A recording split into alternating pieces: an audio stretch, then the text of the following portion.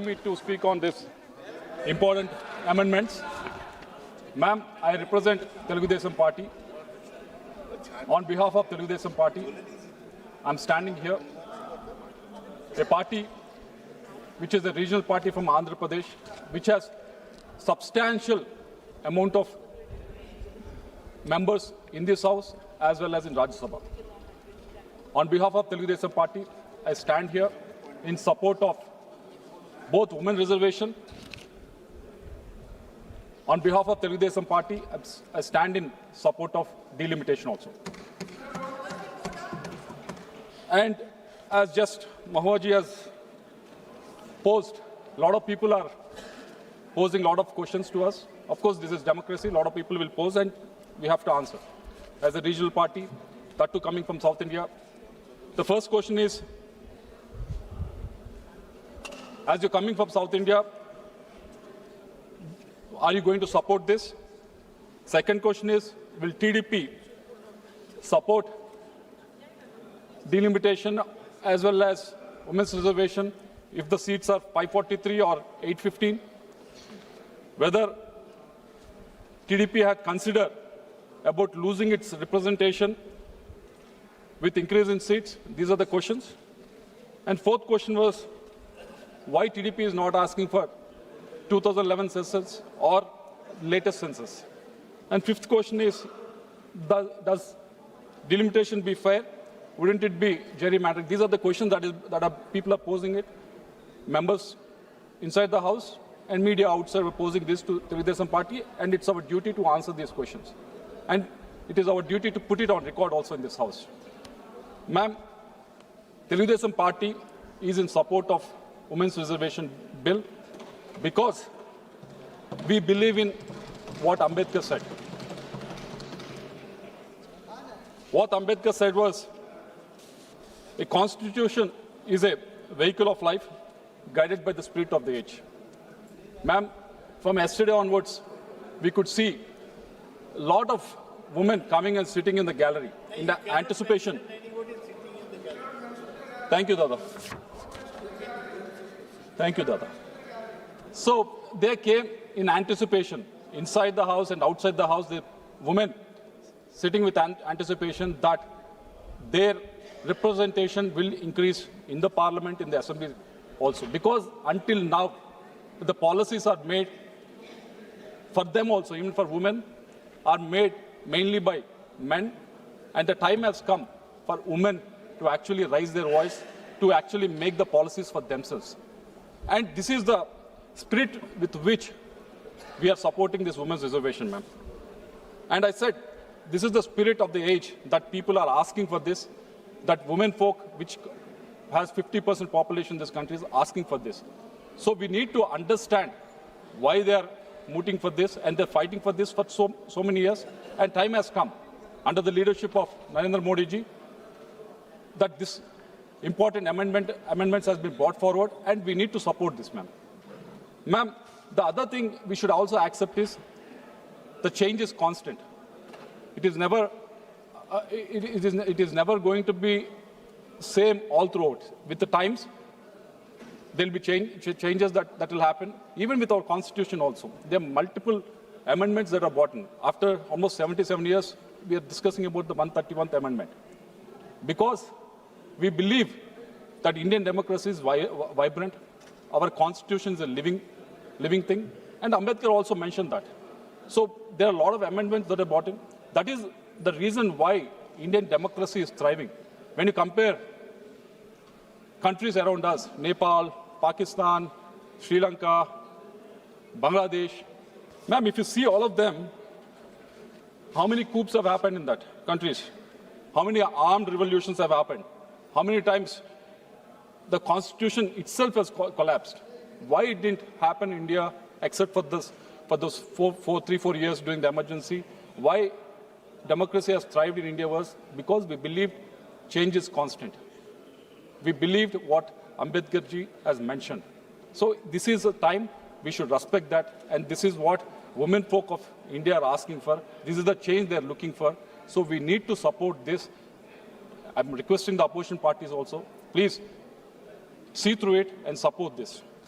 And the second question that everyone is asking is, would you support it even if it is 543 seats, or will you support it only if it is 815 seats? Ma'am, let me remind this House, when we talk about women on behalf of Telugu Desam Party, we don't talk about women as a voting issue, but we actually look at it much more deeply. We look at it in a way that we need to empower them socially. We look at it in a way we have to empower them economically. We need to empower them politically also. That is the ethos that our founder, N.T. Ramarao Garu, has believed in. Ma'am, he was a man of different ideas. At that time, all the political leaders expected people to come to them. But he was the leader who could go to the people. He traversed thousands of kilometers in Andhra Pradesh during his first election campaign. He could see what troubles women are going through at the rural areas. So when he came to power, when he became the chief minister in 1983, he came up with very revolutionary ideas. Until then, the property that is belonging to a member in the father is always going to the male in the family. But he has brought in the reform in the Hindu Succession Act in 1986. He made sure 50% of the property belongs to the girl child also. And he also brought in women reservation to 30% in government jobs. On top of that, he has seen what will happen when the government schemes are actually delivered to the women. So what he has done was, when he has to give housing to the poor, he made sure that site is actually registered on the name of the woman in the family rather than male in the family. So he fought for their economic stability, fought for their social mobility, ma'am. So this is what we believed in. This is the ethos that our founder, N.T. Ramarao Garu, believed in, ma'am. Not only that, he saw there's only 25% of the literacy with the women at that time. So he came up with various initiatives, started a lot of schools mainly for the girl children. He also started a women's university in Sri Padmavati University in Tirupati, specifically targeting women so that they can get educated, their literacy can go up, ma'am. This is what N.T. Ramarao Garu has done. And after that, Chandrababu Garu has followed the suit and he has taken it to the next level. He has launched Dwakra program, what the SHE program that we talk about, Lakpati Didis that we talk about now. He has launched it in 1999. He has made sure that women are not just depending on the male in the family, but actually economically they can also have ideas, they can also come up with the business ideas, and they can also support the family. That is the idea with which he has launched the Dwakra program. And also he has given 33% reservation for women in local body elections. Ma'am, I have almost 14-15 minutes, ma'am. So, and on top of that, Deepam LPG cylinder scheme was launched in 1999, mainly for the women folks, so that they can have that economic stability for them, ma'am. Ma'am, this is being continuous. Even now, the main programs that are schemes that have been given to any family in the Andhra Pradesh are targeting the women in Andhra Pradesh, ma'am, with Sri Shakti, Talliku Vandanam, and Deepam 2.0. Ma'am, because we believed in the empowerment of women, this is what from the founder of the party to now the chief minister, this is what they believed in.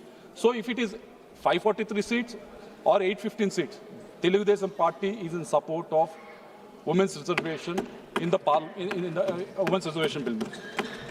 And the third question that everyone is asking is, wouldn't you lose out on representation with increase in the seats? This is the question that everyone is asking, and media people are also playing it in a very different role.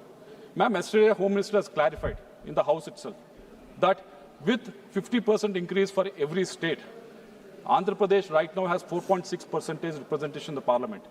With that increase, the actual representation in the parliament for Andhra Pradesh with regards to the MPs will go by 4.66%. So we won't be losing on that.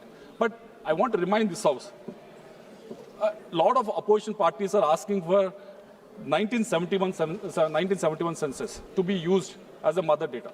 Ma'am, right now, when you're increasing the seats by 50%, on what basis that is being happening? The freeze happened in 1971. On that freeze, the 50% of seats are being increased right now. So whatever opposition is asking for is actually happening, but they're not able to see through. They just want to be, they just want to oppose it, politically oppose it anyhow, but they're not seeing the logic through it. Ma'am, in the DMK has called for the, they called for the meeting, and I think various other parties also has attended that, ma'am. On March 25th, 2025, DMK passed a seven-point resolution demanding a 25-year extension of 1971 freeze, effectively asking to keep India's representation tied to that number, ma'am. In this JAC, CPM participated, BRS participated, AAP participated, Congress participated, and TMC participated. They asked for the freeze. Right now, on that freeze only, that 50% is being increased. So I don't know why opposition is not able to accept that.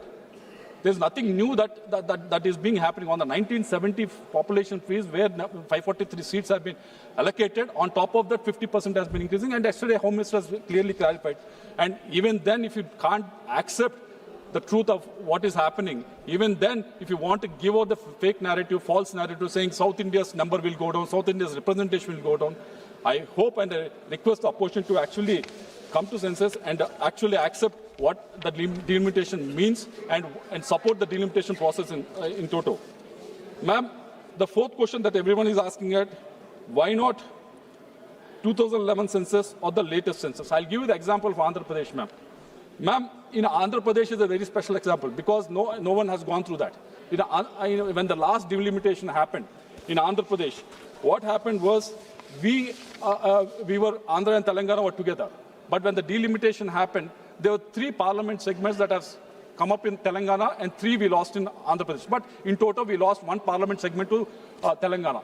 Even there were 7 MLA seats that were increased in Telangana region, and Andhra Pradesh was lost 7 assembly seats. Reason being, there's no politics here, but the reason being that population migration happened to Telangana at that time, ma'am. So if you go by that logic of using the latest census of 2026, ma'am, if you've seen the data, Andhra Pradesh fertility rate has been going down for almost one and a half decade.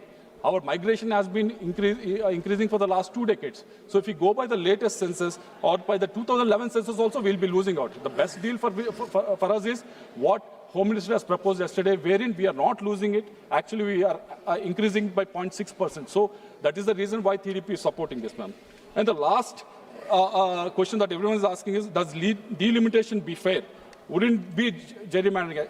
Example, yesterday, even K.C. Venugopalji has spoken about it. Ma'am, I'll give you the example of what happened in Andhra Pradesh when 2009 delimitations happened. Kuppam constituency, which is in Chittoor, our CM's constituency. It is in Chittoor parliamentary constituency. So at that time, Congress, which was in power, did the gerrymandering to make sure that the CM constituency is a target in such a way that no leader can come out of that. But and they reserved the seat to the SC candidate at that time.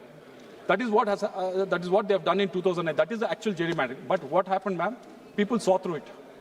If you are smart, people are even smarter. From 2009 onwards, in 2009, after doing all this gerrymandering also, TDP has won. In 2014, same seat, even TDP has won. In 2024, again TDP has won that seat, ma'am. In 4 elections, after doing all this exercise, all this gerrymandering, even then 3 times the TDP has won. Even in my district, ma'am. Even in my district. Making sure that, as a senior member was asking, making sure that a term from Illinois. Gerrymandering was Illinois wherein you bring in all the voters in such a way that you will get advantage for the party in the ruling rather than party in the opposition. That is what the gerrymandering actually is. Even in my district in Guntur, ma'am, they did the same exercise. Tadikonda constituency, where they thought one cadre or one community was supporting in support of Telugu Desam party, we should corner them, so they made it a reserved seat. Even Pratipadu constituency, they did it. But People saw through it, ma'am. People want to vote. They vote. People are smarter. They can't be fooled like how opposition is expecting. When the Congress was in power, they tried to fool the people. Yes, they did. They tried to fool the people by doing this. Because right now they're raising this issue of delimitation because they know what thievery they have done in 2009 delimitation. That's why they think that can happen.